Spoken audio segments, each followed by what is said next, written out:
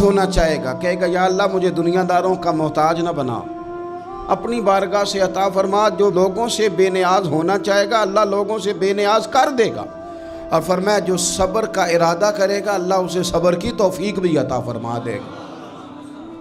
ارادہ تو کرے، پروگرام تو بنائے، توفیق تو اللہ دے گا۔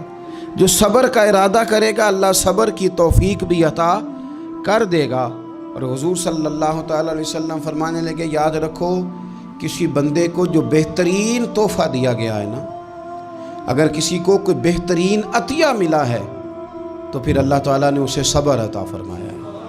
یہ بہترین تحفہ ہے، اس سے زندگی سنور جاتی ہے، اس سے انسان باوقار اور مطمئن ہو جاتا ہے، اس سے اس کے شب و روز آسانی سے بیتتے ہیں، وہ دنیا کی پک ڈنڈیوں سے آسانی سے گزر کے اللہ کی بارگاہ ہے عالی مرتبت میں سرخرو ہو کر حاضر ہو جاتا ہے۔